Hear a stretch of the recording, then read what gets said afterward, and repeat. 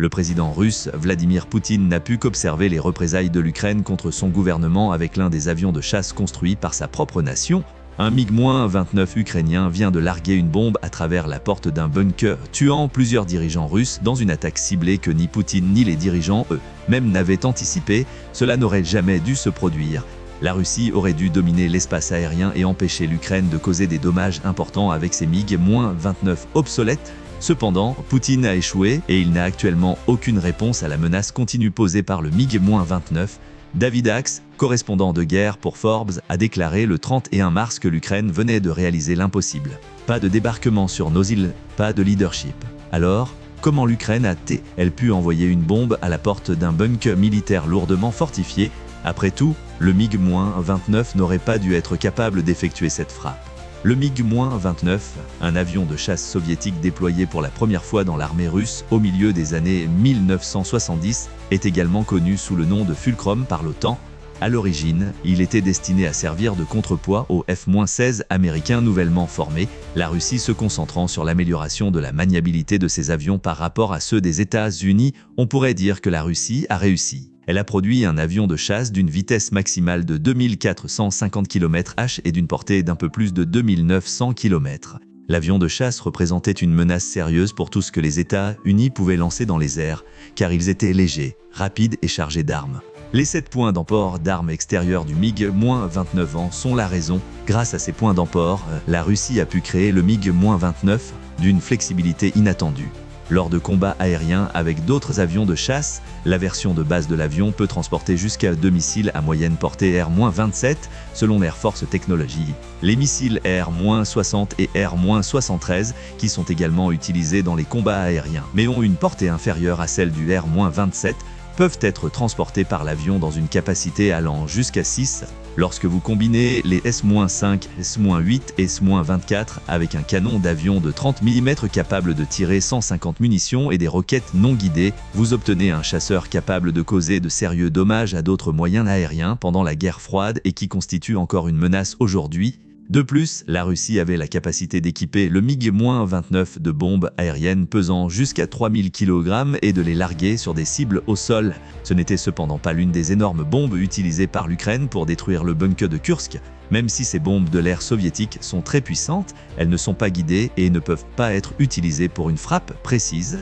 Il s'agit plutôt de les larguer sur une zone générale de la cible et d'utiliser leurs forces explosives pour causer autant de dégâts que possible. Au mieux, l'une de ces bombes toucherait le toit du bunker de Kursk. Si l'Ukraine tentait de l'utiliser, l'attaque n'aurait pas suffi à éliminer les officiers russes, mais elle aurait pu causer des dommages structurels. Les États-Unis ont donné à l'Ukraine la bombe planante GBU-62, un type de bombe différent dont l'Ukraine avait besoin.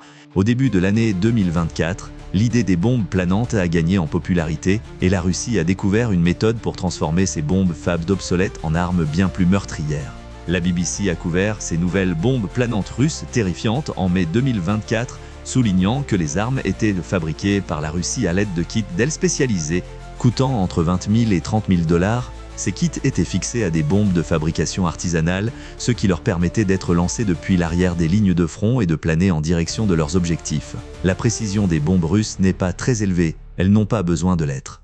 Poutine peut attaquer librement les villes et les positions défensives ukrainiennes puisqu'il dispose de milliers de bombes guidées. La Russie a lancé 3000 bombes planantes sur l'Ukraine rien qu'en mars 2024. Les Russes ont ensuite pris l'habitude d'utiliser des centaines de bombes planantes par semaine pour bombarder les principales villes ukrainiennes. Cependant, les bombes planantes ne sont en aucun cas une invention russe.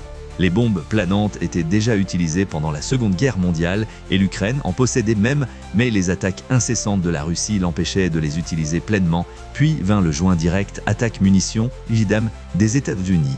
Une ancienne casemate du commandement de la défense aérienne dans l'oblast de Koursan en Ukraine était la cible. La Russie a d'abord réussi à s'emparer de la zone, faisant de Koursan la première ville importante sous contrôle russe. La ville était un objectif prioritaire pour Poutine depuis le début de son invasion. Cependant, une contre-offensive ukrainienne a forcé les forces de Vladimir à évacuer la ville en novembre 2022.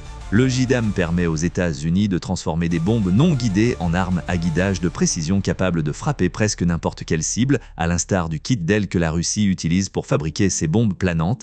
C'est au niveau de la navigation que le JDAM et les kits planants russes divergent. Lorsqu'elle est associée à un récepteur GPS, la technologie de guidage d'un JDAM garantit que les bombes sont beaucoup plus précises que toutes celles que la Russie possède actuellement. Des bombes équipées de JDAM ont été livrées à l'Ukraine, en particulier. Elle possède un stock de GBU-62 qui, selon la bombe déployée, peut peser 226 ou 907 kg et lorsqu'elle est tirée d'une hauteur de 10 668 mètres à une portée d'environ 74 km. Le GBU-62, également appelé JDAM, a été utilisé pour la première fois par l'armée de l'air ukrainienne en août 2024, après qu'un programme de modification mené par les États-Unis a permis de convertir les MiG-29 ukrainiens en avions de chasse lance-bombes. David Axe donne plus d'informations. Le GBU-62 est de fabrication américaine mais typiquement ukrainien, dit-il. Il souligne que les États-Unis fixent généralement leur kit JDAM à des bombes de petit diamètre ou SDB, et que l'ancien président américain Joe Biden a mené la campagne visant à équiper les avions de combat MiG et Sukhoi obsolètes de l'Ukraine de la capacité de lancer ces bombes. La GBU-62 est donc une arme de destruction bon marché. Les systèmes de guidage sophistiqués de la JDAM rendent les bombes à peu près aussi précises qu'un missile balistique russe Iskander et chacune ne coûte que 50 000 $ à produire. La construction de ces missiles russes coûte 3 millions de dollars chacun. L'Ukraine peut faire exactement autant de dégâts avec la GBU-62 pour une fraction du prix. L'Ukraine a pu frapper le bunker de communication de Kherson grâce à cette bombe ingénieuse. Axe décrit l'ampleur de cet exploit. Selon Axe, le Kremlin a d'abord trouvé le quartier général de fabrication soviétique dans des archives oubliées depuis longtemps avant de viser un Iskander pour tenter de détruire un quartier général ukrainien dans un bunker souterrain à Kharkiv au début du conflit plus large il y a 3 ans. En utilisant un avion obsolète, une bombe de précision artisanale et un minuscule drone d'observation, l'Ukraine a reproduit cet exploit. Le fait que l'Ukraine puisse continuer à construire ses JDAM est une mauvaise nouvelle pour la Russie. Pire encore, cette frappe de MiG-29 à Kherson n'est que le début d'une nouvelle offensive aérienne qui pourrait détruire bien d'autres installations de Poutine. Axe donne des indices sur ce qui va se passer. La centaine d'avions de combat de l'inventaire ukrainien, qui comprend divers anciens MiG et Sukhoi soviétiques, d'anciens F-16 Lockheed Martin, danois et néerlandais, et d'anciens Mirage 2000 français, sont probablement tous équipés pour utiliser des bombes planantes à guidage inertiel et divers satellites pour des bombardements de précision. Autrement dit, le MiG-29 déployé par l'Ukraine pour détruire le bunker de Kursk n'est pas un incident isolé. Outre d'autres avions de chasse capables de larguer des GBU-62, l'Ukraine en possède un certain nombre d'autres. Bien sûr, en termes de volume brut d'avions, la Russie continue d'avoir l'avantage. Comparée à l'Ukraine, qui peut déployer 70 à 100 chasseurs, elle en compte 833. Pendant une grande partie de son invasion, Poutine a bénéficié de ces chiffres. De plus, Poutine dispose de nombreuses alternatives pour tirer ses propres bombes planantes sur des cibles ukrainiennes grâce à ses énormes quantités d'avions, même s'il n'a pas été en mesure d'établir une supériorité aérienne sur l'Ukraine au sens conventionnel du terme. Le problème de Poutine est que le volume n'est peut-être pas l'élément décisif qu'il pense. Axe note que la Russie et l'Ukraine utilisent toutes deux des techniques de brouillage pour perturber les missiles guidés de leurs adversaires en obstruant les radios satellites dont ils ont besoin pour cibler. Néanmoins, l'Ukraine a surpassé la Russie dans ce domaine, devenant si compétente dans le brouillage des bombes planantes russes que, selon l'un des pilotes de Poutine, seule une bombe russe sur 16 atteint actuellement son objectif. La bataille pour reprendre Kherson est toujours en cours en Russie. Poutine lance fréquemment des raids sur Kherson pour tenter de reprendre la ville et ses troupes sont positionnées dans des communautés mineures autour de la ville. Ainsi, nous retournons au bunker de commandement. En revanche, Axe affirme que les bombes ukrainiennes équipées de JDAM disposent d'un meilleur guidage de secours sous la forme de systèmes inertiels qui utilisent des accéléromètres précis pour déterminer la position d'une munition, même si elles sont toujours sensibles au brouillage des satellites. En conséquence, la Russie investit davantage dans ses attaques à la bombe planante que l'Ukraine, tant sur le plan financier qu'en termes de munitions perdues. De plus, l'Ukraine peut frapper des cibles dans une bien meilleure position que la Russie, comme l'a démontré l'attaque du bunker de Kherson. Poutine devrait s'attendre à beaucoup plus d'attaques contre certains des endroits qu'il considère comme les plus sûrs de la Russie en Ukraine. Maintenant que la majorité des avions ukrainiens peuvent tirer des GBU-62, ces attaques ont en fait déjà commencé. L'Ukraine a mené avec succès un certain nombre de frappes aériennes contre des sites russes ces dernières semaines. Toutes n'utilisent pas de GBU-62 et d'avions de combat. En outre, comme c'est souvent le cas, l'Ukraine utilise des frappes de drones en conjonction avec sa nouvelle capacité de bombardement aérien pour affaiblir progressivement les bastions de Poutine à la fois en Ukraine et sur son propre territoire. Prenons l'exemple de l'assaut de l'Ukraine contre un poste frontière russe le 27 mars. L'armée de l'air ukrainienne a tué des dizaines de soldats de Poutine et détruit une partie de son infrastructure militaire en frappant le poste frontière de Pogor, qui mène à l'oblast de Bryansk en Russie, selon le Kyiv Independent. L'armée ukrainienne documentait les activités des drones près du poste frontière, ce qui a déclenché l'attaque car l'Ukraine pensait que cela pouvait mettre en danger l'oblast de Soumy et son influence déclinante à Koursk. L'attaque a tué entre 15 et 40 soldats russes, selon l'état-major ukrainien, qui a également déclaré que l'infrastructure militaire du poste de contrôle avait été détruite, ainsi que les outils de guerre électronique et de communication, les systèmes de vidéosurveillance et d'autres outils technologiques. L'Ukraine a également dénoncé ce qu'elle a décrit comme l'utilisation sans scrupule par la Russie de drones pour cibler des infrastructures civiles afin de tuer des civils.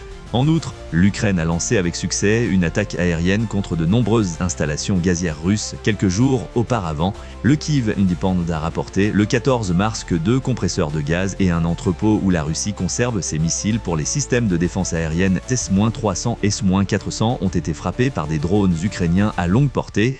L'attaque contre le dépôt de munitions a eu lieu à Belgorod, tandis que les frappes contre les compresseurs de gaz ont eu lieu dans les oblasts russes de Saratov et Tambov. Les frappes ont été menées par le service de sécurité ukrainien SBU. Le SBU a mené avec succès une autre opération spéciale sur le territoire ennemi, selon une source anonyme, portant gravement atteinte au budget de la Russie et réduisant sa capacité à financer et à maintenir la guerre. Poutine ne peut même pas compter sur ses défenses aériennes pour abattre les drones qui visent le territoire russe, en plus de devoir faire face aux frappes de drones sur les points de contrôle et aux bombes planantes anti-bunkers ukrainiennes d'une précision remarquable.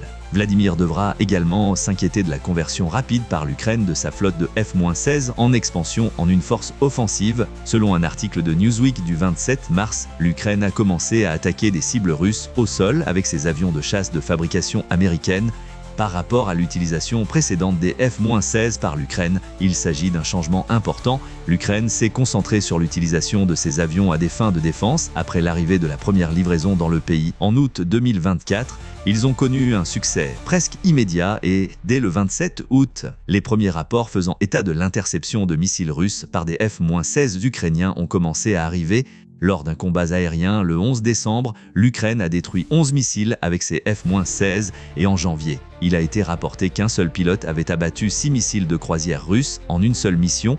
Poutine pourrait gérer la question si c'était la seule utilisation des F-16 ukrainiens. Il veut que le plus grand nombre possible de ces missiles atteignent leur cible. Ce n'est donc pas idéal. Cependant, l'Ukraine n'utilise pas les avions de combat meurtriers pour lancer l'attaque puisqu'elle emploie des F-16 pour se défendre.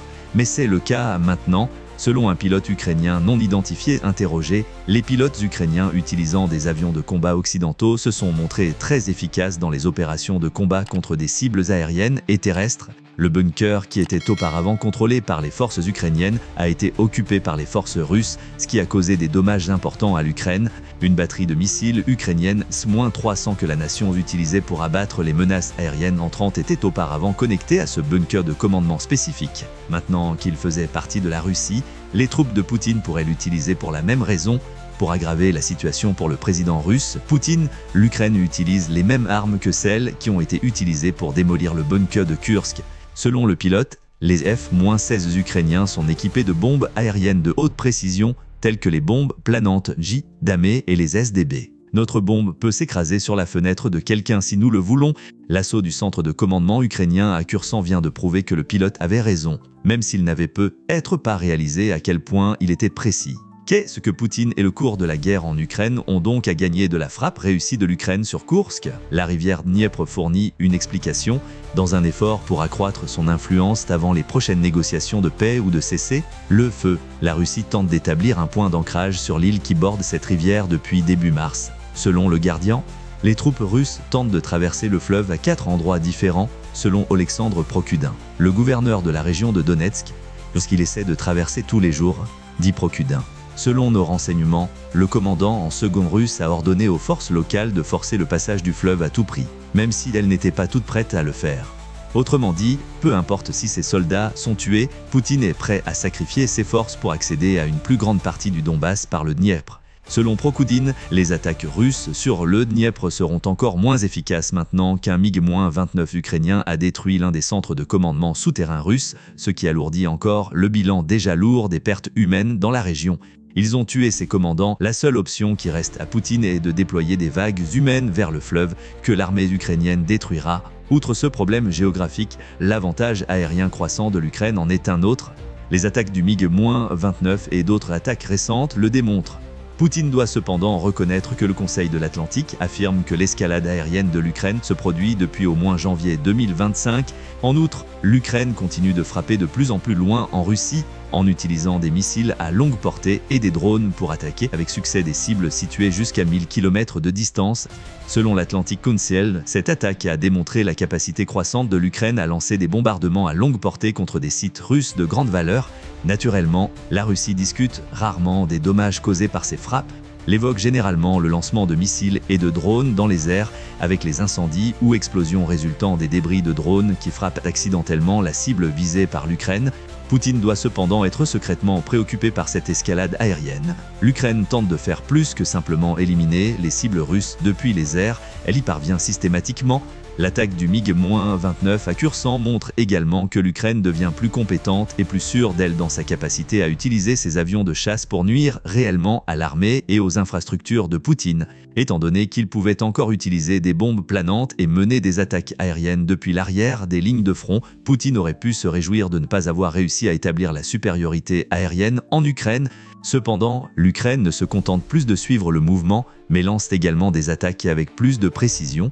Poutine doit maintenant se demander où et quand l'Ukraine va attaquer, car l'attaque de Kherson réduit la pression sur l'Ukraine dans une zone cruciale du conflit. À quel endroit anticipez-vous la prochaine frappe aérienne significative de l'Ukraine? Que pensez-vous du récent succès de l'Ukraine dans l'utilisation de ses avions de chasse MiG-29 pour mener des attaques ciblées contre les positions défensives bien établies de la Russie? Pour des mises à jour supplémentaires sur l'évolution des tactiques aériennes de l'Ukraine, abonnez-vous à ma chaîne et laissez vos commentaires dans la zone de commentaires. Nous apprécions vraiment votre soutien en tant que source indépendante d'informations factuelles et actuelles sur les conflits armés dans le monde. Apparemment, la Russie pensait que la base était sécurisée. Selon Axe, elle n'était pas seulement souterraine et avait probablement des entrées protégées, mais elle disposait également de tout l'équipement dont la Russie avait besoin pour ériger ses propres défenses aériennes. Poutine avait un plan simple: utiliser la base de Kherson pour protéger ses troupes des frappes aériennes des Ukrainiens. La Russie pourrait éventuellement prendre le contrôle de toute la région si ses forces continuaient à faire pression sur la ville de Kherson. S'il n'y avait pas eu un problème, le plan aurait pu réussir. L'Ukraine n'avait pas l'intention de permettre à Poutine et à ses dirigeants de continuer à utiliser l'ancien centre de commandement Sous-300. L'Ukraine allait frapper ce bunker avec un type particulier de bombe et envoyer une bombe à travers la porte, détruisant tout et tous ceux qui s'y trouvaient. L'Ukraine a accompli ce qui semble être une prouesse impossible. L'Ukraine a récemment détruit le bunker que Poutine croyait être un refuge sûr pour ses commandants en utilisant un avion de chasse mikoyan MiG-29 modifié qui a été soigneusement préparé pour un bombardement précis à l'aide d'une arme produite aux États-Unis. Les régiments et les brigades russes qui attaquent les îles du vaste fleuve Dniepr sont désormais sans chef après que l'Ukraine a détruit l'un des principaux quartiers généraux russes de Kursk. Le résultat de cette incroyable frappe a été décrit par un blogueur militaire ukrainien. Selon le blogueur, l'attaque élimine à la fois l'équipement et le corps des officiers supérieurs. De telles attaques démoralisent gravement l'unité militaire et empêchent les forces ennemies d'exercer un contrôle sans ambiguïté. Le blogueur a tiré une conclusion terrifiante: